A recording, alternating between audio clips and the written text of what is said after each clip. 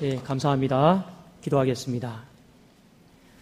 살아계신 하나님 아버지 감사합니다. 지난 5월 한 달도 하나님의 은혜 가운데 지켜주시니 감사를 드립니다. 새롭게 시작하는 6월 한 달도 내 힘과 내 능력이 아닌 주가 주신 힘과 능력으로 하나님 잘 살아내고 잘 감당하고 우리 후회 없이 하나님 앞에 영광 돌려드리는 거룩하고 복된 삶이 되어지게 하여 주시옵소서. 하나님, 우리 안에 큰 산이 있다 할지라도 우리에게 성령이 계신 줄로 믿사오니 큰 산이 평지가 되어지게 하여 주시옵소서.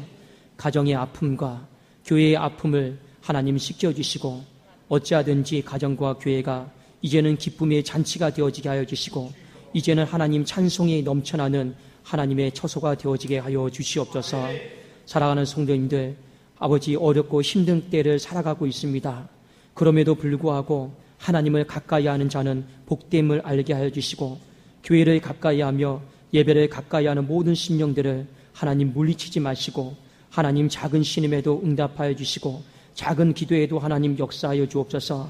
이 시대에 소망이 없다고 하지만 우리 교회를 통해서 믿음의 역사가 나타나는 것을 보게 하시고 소망이 나타나는 것을 이루어지는 것을 보게 하시고 어찌하든지 사랑이 더 풍성해져 가는 것을 경험하게 하여 주시옵소서. 아버지, 말씀 듣겠습니다. 말씀을 들을 때 사람의 말로 듣지 않게 하여 주시고 말씀을 받을 수 있는 마음 허락하여 주시고 말씀을 볼 수 있는 눈을 허락하여 주시고 말씀을 들을 수 있는 귀를 허락하여 주셔서 받고 듣고 하는 모든 것이 다 복되게 하여 주시옵소서. 예수님의 이름으로 기도드리옵나이다. 아멘. 네, 새로운 6월 한 달이 시작이 되었습니다. 우리 한번 좌우에 계신 분들 우리 앞뒤로 한번 서로 이렇게 인사하면 좋겠습니다. 6월 한 달이 시작이 됐는데 다짐한 것들이 무엇이 있는지 우리가 한번 좀 물어봤으면 좋겠습니다. 한번 이렇게 한번 질문해 볼까요? 무엇을 다짐하셨습니까? 한번 이렇게 물어보겠습니다. 무엇을 다짐하셨습니까? 네. 물론 아무것도 다짐을 안 한 사람도 있을 거예요. 저는 무엇을 다짐했냐? 이번 달에 꼭 한 명을 전도를 해야겠다. 전 다짐했습니다. 한번 잠시 좀 생각을 해보시고 내가 다짐한 것이 없으면 저처럼 다 전도하시면 되고 또 다짐한 것이 있으면 서로가 무엇을 다짐했는지 한번 속삭이듯이 한번 잠시 한번 물어봤으면 좋겠습니다. 한번 확인해 보실까요? 네. 자, 전부 다 보니까 저처럼 다 전도하시려고 다짐하시나 봅니다. 네. 자, 오늘 하나님께서 우리에게 주신 말씀 보도록 하겠습니다. 오늘 말씀의 제목은요, 신앙생활의 본질입니다. 신앙생활의 본질, 기도와 말씀, 이 제목으로 함께 우리 은혜를 나누고자 합니다. 이 세상을 살아가면서 본질적인 것이 있고 비본질적인 것이 있습니다. 우리가 살아가면서 본질적인 일들과 비본질적인 일들을 동시에 다 감당할 수 있으면 얼마나 좋겠습니까? 그런데 우리는요, 제한된 시간 속에서, 제한된 물질 속에서, 제한된 건강 속에서 살아가야 되기 때문에 이것저것을 다 할 수 있는 사람은 없습니다. 결국에 둘 중에 하나를 선택을 해야 되는데 우리는 무엇을 선택하면서 살아야 되는가? 그것은 본질적인 것을 선택하고 비본질적인 것은 내려놓는 삶을 살아야 된다는 것이죠. 세상의 일도 이렇습니다. 오늘 그런데 하물며 하나님의 일은 신앙생활은 더 어떻겠습니까?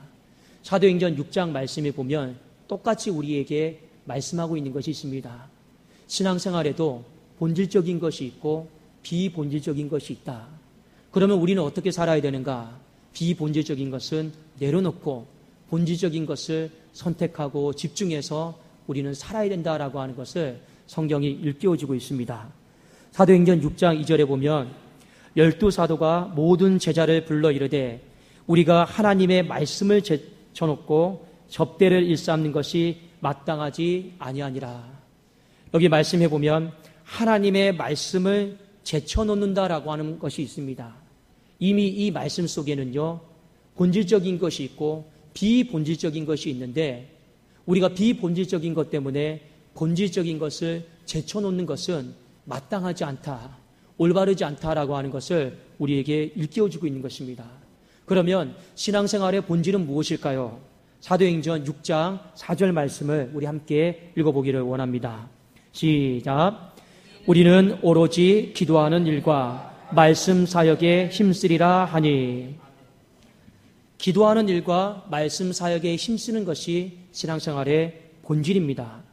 여기 힘쓰겠다라고 하는 것은 어떤 의미냐면요, 여기에 내 마음을 다 쏟고 앞으로도 내가 여기에 지속적으로 헌신하겠다라고 하는 것이 힘을 쓰겠다라고 하는 것입니다. 사랑하는 여러분, 기도하는 것 아무것도 아닌 것 같지만 신앙생활의 본질인 줄로 믿습니다. 말씀 아무것도 아닌 것 같지만 내 영혼을 살리는 신앙생활의 본질이다라고 하는 것이죠. 그런데 우리가 오늘 신앙생활의 본질이 기도요, 말씀이다라고 하는 걸 알았는데, 사도행전에 나오는 기도와 말씀, 초대교회에서 언급했던 기도와 말씀은 오늘날 우리가 생각하는 기도와 말씀과 조금은 비슷하지만 다른 부분들이 많이 있다라고 하는 것입니다. 우리가 어떻게 좀 다른지 좀 먼저 알고 우리가 이 본질에 하나하나씩 가까이 가고 충실했으면 좋겠습니다. 먼저 사도행전에 나오는 기도요, 초대교회의 기도입니다. 이 사람들이 기도를 어떻게 생각했고 어떻게 마음을 삼아서 집중했는가를 우리가 살펴볼 필요가 있는데, 아까 우리가 읽었던 것처럼 사도행전 6장 4절에 보면 오로지 기도하는 일에 힘썼더라라고 나와 있습니다. 여기 오로지 기도하는 일, 이 문구가 여러분 중요합니다. 사도행전 1장 14절과 사도행전 2장 42절에 그리고 오늘 읽었던 본문 6장 말씀을 포함해서 오로지 기도하는 일은 딱 3번에 걸쳐서 나오고 있습니다.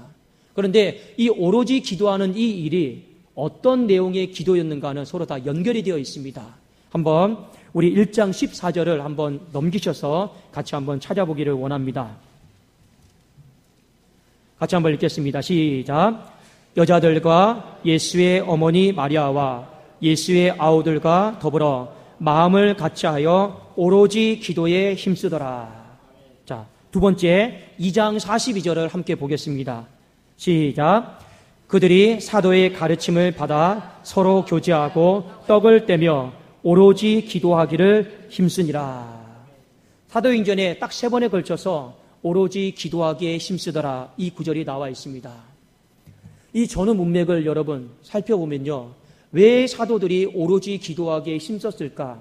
기도의 목적이 있습니다. 보통 우리가 하나님 앞에 기도할 때는요, 무엇을 간구하기 위해서, 얻기 위해서, 혹은 또 영적인 전쟁에서 승리하기 위해서 기도를 많이 할 때가 있습니다. 그런데 여기 오로지 기도하기에 힘쓰더라, 이 문구에는요, 전후 문맥을 살펴보면 사도들이 기도했던 한 가지 분명한 목적이 있습니다.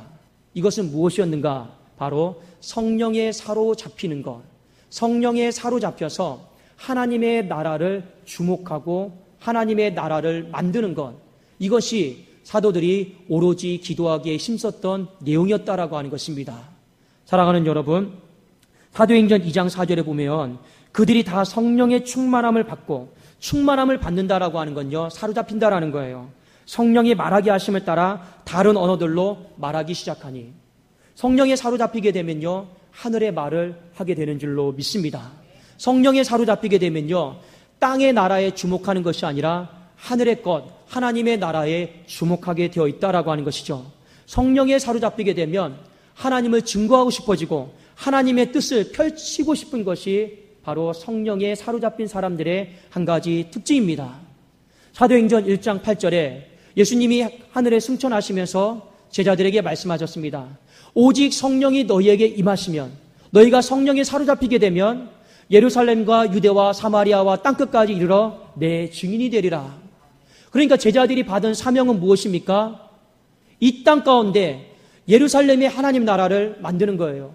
유대 땅에 하나님의 나라를 만드는 것이고, 불모지와 같은 사마리아 땅에 하나님의 나라를 만드는 것이고, 저 땅 끝에 가서 하나님의 나라를 만드는 것인데, 이 만들 수 있는 모든 힘과 그 동력이 어디에서 옵니까? 성령에 사로잡히게 되면 하나님의 나라를 묵상하게 되고 바라보게 되고 받는 땅마다 하나님의 나라로 만들어간다라는 것입니다. 그런데 이게 성령에 사로잡힐 수 있는 방법이 무엇이냐? 그것이 오로지 기도하는 일이었습니다. 여러분 꼭 기억하세요. 우리가 하나님 앞에 기도하지 않으면 사람은 자연스럽게 하늘을 바라보는 것이 아니고 땅의 것에 주목하게 되어 있습니다. 우리가 기도하지 않으면요, 하늘의 신령한 은혜를 사모하기보다는 이 땅에 먹을 거, 입을 거, 마실 것에 주목하면서 전전긍긍하게 된다라고 하는 것이죠. 그래서 우리는요, 기도해야 될 줄로 믿습니다. 여러분의 삶 가운데 하늘의 뜻이 이 땅 가운데 이루어지기를 소망하십니까? 주기도문에 보면 하늘의 뜻이 이 땅 가운데 이루어지게 하여 주시옵소서. 무슨 말입니까? 주님이 우리에게 기도하라라고 명령하신 내용이다라는 것입니다. 근데 그것이요, 내 생각으로, 내 입술의 고백으로 되는 것이 아니다라고 하는 것입니다. 그 방법이 무엇입니까? 바로 성령에 사로잡히는 것이에요. 그 성령에 사로잡히는 방법이 무엇입니까? 오로지 기도하는 일이었습니다. 그러니까 제자들은요, 기도하지 않으면 성령에 사로잡힐 수가 없어요. 그러면 하나님의 나라를 예루살렘과 유대와 사마리아 땅끝까지 만들어갈 힘이 없습니다. 그래서 이들의 삶 가운데 간절하게 기도했던 제목이 무엇이냐? 오로지 기도했던 것이 무엇이냐? 주님, 성령으로 충만하게 하여 주시옵소서. 내가 성령에 사로잡혀서 내 가정을 하나님의 나라로 만들게 하여 주시고 내 교회를 하나님의 나라로 만들게 하여 주시옵소서. 그것이 인생의 꿈이었고 비전이었습니다.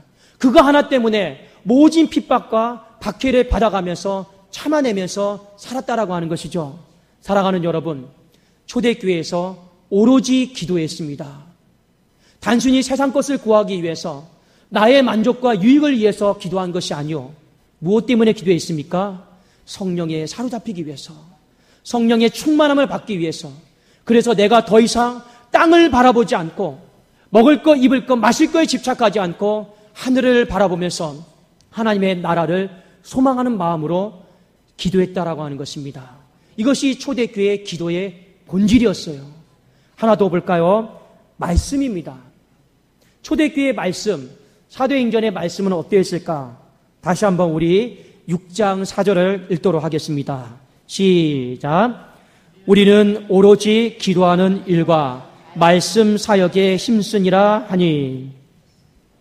여기 성경 구절에 보면 말씀을 말씀이라 하지 않고 말씀 사역이다라고 이렇게 나와 있습니다. 신앙생활의 본질 중에 하나가 또 무엇이냐면 말씀 사역입니다. 말씀 사역은 이 헬라어 원어로 보면 어떤 뜻이냐면요, 복음을 전하는 일을 말합니다. 전도하는 걸 말해요. 영혼을 구원하는 것을 말씀 사역이다라고 이렇게 언급을 하고 있습니다. 우리가 한 가지 기억을 해야 될 것이 있어요. 설교를 통해서 말씀을 듣습니다. 성경을 읽으면서 말씀을 듣습니다. 말씀을요, 듣고 깨닫고 은혜 받는 일로 그치면 안 돼요. 이 말씀이요, 반드시 말씀 사역까지 연결이 되어야 된다는 것입니다. 많은 사람들이 말씀을 듣고 깨닫고 은혜 받고 끝나버려요. 그런데 초대교회의 말씀은 어땠는가? 듣고 깨닫고 은혜 받은 말씀을요, 여러분 말씀 사역으로 연결시켰어요. 복음을 전했죠. 전도했죠. 영혼 구원하는 일에 힘을 썼다라고 하는 것입니다.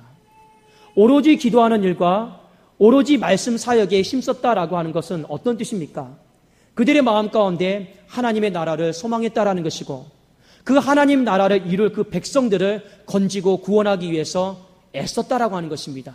그것이 신앙생활의 본질입니다. 여러분, 저도 신방을 다닙니다. 신방의 원래 뜻이 무엇입니까? 가정의 형편을 돌아보고 그 가정에 믿음이 낙담된 자를 이렇게 세우고, 그게 신방의 목적 아닙니까? 그런데 제 마음속에는요, 한 가지 하나님 앞에 다짐하는 것이 있습니다. 신방을 하든 무엇을 하든지 간에 모든 사역의 초점을 영혼 구원에다가 맞추고 있습니다. 저는 신방 가면 제일 먼저 그 가정에서 확인하는 것이 무엇인지 아십니까? 그 가정의 형편보다 더 먼저 확인하는 것이 있습니다. 이 가정 속에 주님을 알아야 될 사람이 있는지 없는지 그거 먼저 확인합니다. 이 가정 속에 주님을 알았지만 믿음이 실족하고 낙담하여서 주님이 떠난 사람이 없는지를 먼저 확인을 합니다. 그리고 그 가정 속에서 같이 기도합니다. 하나님이여, 이 가정 속에서 주께 떠난 사람들이 다시 돌아오는 역사가 있게 하여 주시옵소서. 이것이 저의 신방의 목적입니다. 모든 것의 초점을요, 말씀 사역에 집중하십시오. 모든 것의 초점을요, 영혼 구원에 집중하십시오. 그러다 보면요, 우리가 점점 신앙생활이 비본질적인 것, 곁길로 빠지지 않고 점점 하나님이 원하시는 방향 속에 걷게 될 줄로 믿습니다. 여러분, 기도하더라도 성령에 사로잡혀서 하나님의 나라를 주목하고 바라보는 기도, 말씀을 듣더라도 듣고 깨닫고 은혜 받으면서 아멘하는 것으로 끝나지 마시고 이것이 내 삶의 현장 속에서 말씀 사역으로 연결이 되어져서 죽어가는 생명을 살리고 복음을 전하고 일깨움으로 말미암아 돌아오게 하는 그 일 가운데 우리가 집중할 수 있기를 예수님의 이름으로 축원합니다. 오늘 초대교회 제자들이 그리고 사도행전에 나오는 제자들이 이 신앙생활의 본질에 집중했습니다. 이 본질적인 것에 집중을 했을 때 놀라운 일들이 몇 가지가 벌어지기 시작을 했습니다. 이것은요, 구해서 얻어진 것이 아니고 순수하게 신앙생활의 본질인 기도와 말씀에 집중하게 되니까 하나님이 자연스럽게 주신 은혜의 선물이 있었습니다. 그것이 첫 번째 무엇이었냐면 야성이 생겼다라는 겁니다. 야성이요. 여러분, 야성이 무엇인지 아십니까? 세상에 주눅들지 않는 거예요. 세상과 당대하게 세상과 맞설 수 있는 거예요. 세상에 주눅들지 않는 힘이 야성이거든요. 오늘 본문 말씀에 보면 사도행전 6장에 스데반이다라고 하는 집사가 나옵니다. 이 사람의 모습을 보면요, 야성이 있어요. 주눅들지 않아요. 사도행전 6장 10절 우리 같이 한번 읽어보도록 하겠습니다. 6장 10절입니다. 시작. 스데반이 지혜와 성령으로 말함을 그들이 능히 당하지 못하여. 세상이 그 사람의 언변을, 그 사람의 신앙을 당해내지를 못하는 거예요. 또 한 가지 더 말씀 보도록 하겠습니다. 5장 29절을 같이 한번 보겠습니다. 5장 29절 읽겠습니다. 시작. 베드로와 사도들이 대답하여 이르되 사람보다 하나님께 순종하는 것이 마땅하니라. 세상의 권력 앞에서 주눅들지 않는 거예요. 세상의 권세자들 앞에서, 윗사람들 앞에서 눈치 보지 않는 거죠. 나는 크리스찬이고 나는 하나님의 자녀이고 나는 사람에게 순종하는 것보다 하나님 말씀에 순종하는 것을 택하였습니다. 결단하였습니다. 주눅들지 않은 것이죠. 이 모든 야성들이 여러분 구해서 생긴 것이 아닙니다. 본래적으로 이 사람들이 겁이 많은 사람들이에요. 담대하지 못한 사람들이에요. 예수를 버리고 다 도망쳤던 사람들이에요. 그런데 이들의 마음속에 야성이 언제 생기기 시작했습니까? 바로 신앙생활의 본질인 기도와 말씀에 집중하기 시작할 때부터 하나님이 이들의 마음속에 성령을 통하여 야성을 부어주신 줄로 믿습니다. 여러분이 정말로 세상에서 주눅들지 않고 눈치 보지 않고 당당하게 담대하게 맞설 수 있기를 주의 이름으로 축원합니다. 이 야성이 생기려면요, 신앙생활의 본질에 집중하십시오. 두 번째, 신앙생활의 본질인 기도와 말씀에 집중할 때 어떤 일이 벌어졌느냐? 기적이 매일처럼 일어났다라고 하는 것입니다. 우리 한번 성경 사도행전 6장 8절을 같이 한번 읽어보겠습니다. 6장 8절입니다. 시작. 스데반이 은혜와 권능이 충만하여 큰 기사와 표적을 민간에 행하니. 사도행전 1장부터 끝장까지 가면요, 기적이 끊이지를 않습니다. 매일매일이 기적이에요. 매일매일 기적이 일상처럼 이루어지는 것이죠. 그 기적의 구체적인 모습이 그 앞에 사도행전 5장 15절에서 16절에 있습니다. 제가 한번 읽어드릴게요.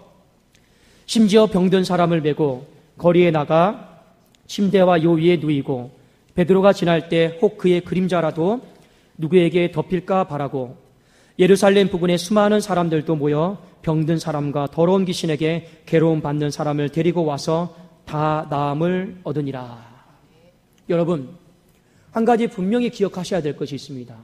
기적은요, 언제 제일 많이 일어나는지 아십니까? 기적은요, 우리가 신앙생활의 본질에 충실할 때 기적은요, 엄청나게 홍수처럼 쏟아 부어지는 것입니다.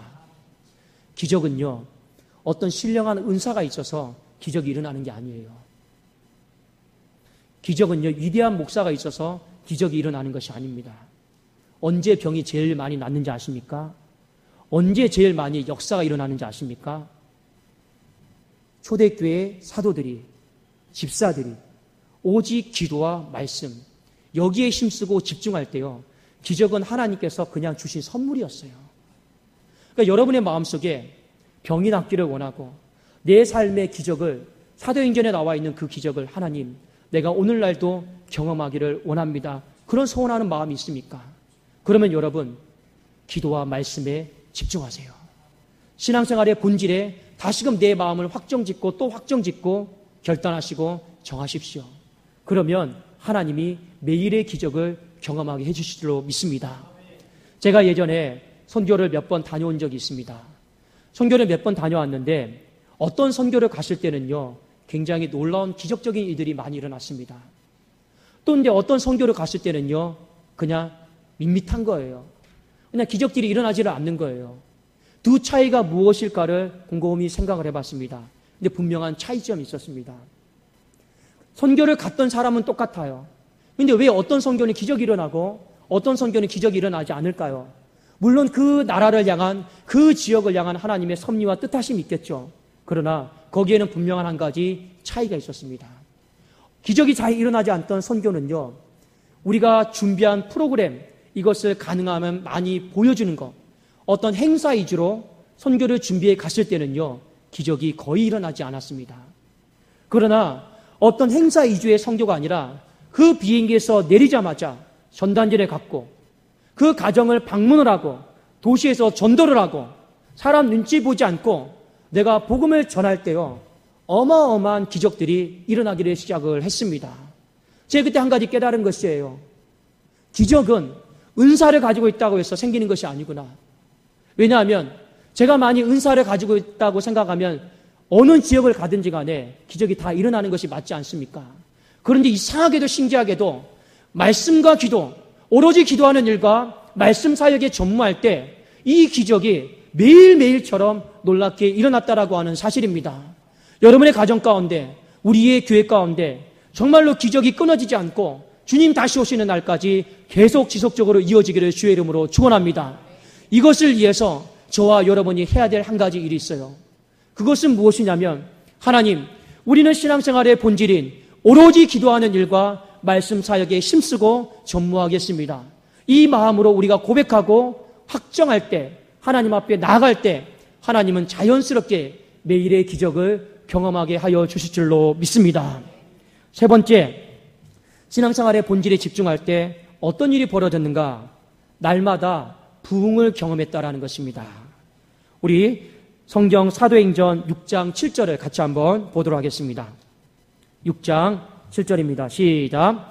하나님의 말씀이 점점 왕성하여 예루살렘에 있는 제자의 수가 더 심히 많아지고 허다한 제사장의 무리도 이 도에 복종하니라. 분명히 보십시오. 본질에 충실할 때 점점 더 왕성해지고 수가 더 심히 많아지는 일들이 벌어지기 시작했습니다. 부흥은요, 많아지는 거예요. 부흥은 풍성해지는 거예요. 그런데 이 부흥이 프로그램으로 행사로 이루어지는 것이 아니고 어떻게 이루어집니까? 신앙생활의 본질에 집중하게 될 때 자연스럽게 가정이 부흥되어지고 자연스럽게 교회가 부흥되어졌습니다. 사도들이요, 사도행전에서 부흥케 해달라고 기도한 적이 없습니다. 그냥 신앙생활의 본질에 집중할 때 그 부흥은 하나님이 알아서 주시는 은혜였고 선물이었다라고 하는 것입니다. 그래서 이렇게 신앙생활의 본질에 집중하게 될 때 초대교회는요, 매일의 기적을 경험했고 매일의 야성을 경험했고 매일의 부흥을 경험했다라고 하는 것입니다.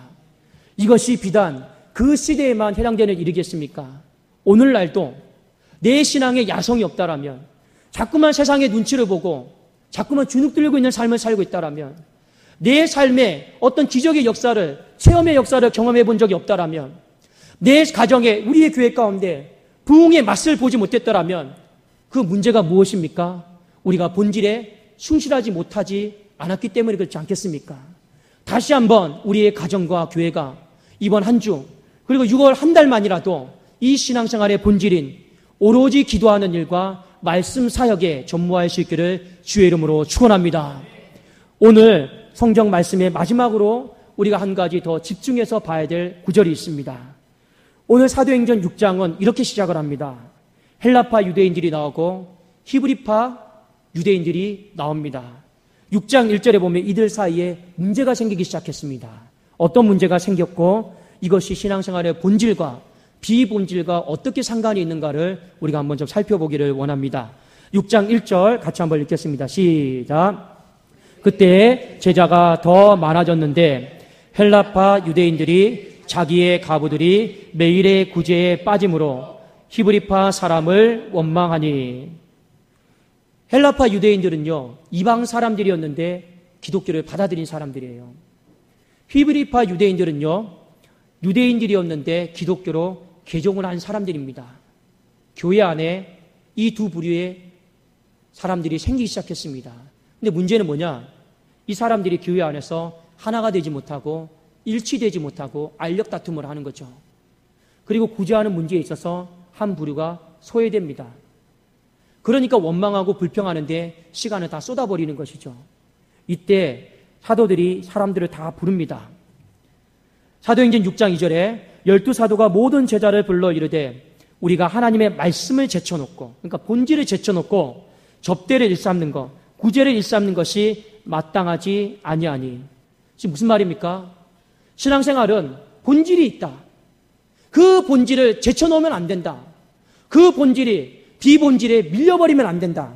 우리 비본질적인 것에 자꾸 마음 쏟거나 충실하지 말고 우리 본질적인 것에 집중하고 충실해야 된다. 그리고 그 다음에 나온 말이 우리는 오로지 기도하는 일과 말씀 사역에 힘쓰겠노라라고 고백을 한 것입니다. 사랑하는 여러분, 이 말씀이 우리에게 무엇을 가르쳐주고 있습니까? 오늘을 살아가는 우리들도 신앙생활을 하다가 본질을 잃어버릴 수 있다는 거예요. 비본질적인 것에 목숨 걸고 집중할 수 있다는 것입니다. 교회에도 다양한 여러 가지 일들이 있죠. 그러나 제일 중요한 일은 무엇입니까? 오로지 기도하면서 내 신앙이 성령에 사로잡혀서 하나님의 나라를 바라보는 것입니다. 신앙생활의 본질이 무엇입니까? 말씀을 듣는데 끝내지 말고 그것을 말씀 사역 가운데 연결시켜서 영혼 구원하는 것이죠. 이것보다 더 중요한 일이 제쳐둘 일이 없다라고 하는 것입니다. 하나님은 오늘 그것을 우리에게 말씀하시면서 이걸 놓쳐버리면 반드시 우리는 야성을 잃어버릴 것이고 우리는 기적을 잃어버릴 것이고 우리는 부흥을 잃어버리게 될 것이다라는 것을 경고하고 있는 것이죠. 사랑하는 여러분, 인생을 살아가면서 나름대로 중요한 문제들이 많이 있죠. 그러나 가장 중요한 문제, 그건 무엇입니까? 우리가 본질에 충실하고 있는가, 충실하지 못하고 있는가, 그것만큼 여러분 중요한 문제는 없다라고 하는 것입니다. 어떤 교회가 건강하지 못한 교회입니까? 돈이 없는 교회, 사람이 없는 교회가 건강하지 못한 교회가 아니에요. 어떤 교회가 건강하지 못한 교회냐? 기도와 말씀, 본질을 놓아버리는 교회가 건강하지 못한 교회죠. 어떤 교회가 소망이 없는 교회입니까? 젊은이들이 없어서 소망이 없는 게 아니에요. 어떤 교회가 소망이 없느냐? 본질에 충실하지 못한 그 교회가 소망이 없는 것입니다. 내 신앙이 건강한가, 건강하지 않는가는요, 무엇을 보고 우리가 판단할 수 있습니까? 내가 오로지 기도하는 일과 말씀 사역에 내가 집중하고 있고 거기에 내 생명을 걸려고 할 때 그 사람의 신앙은 건강한 신앙이요, 건강한 여러분 믿음인 줄로 믿습니다.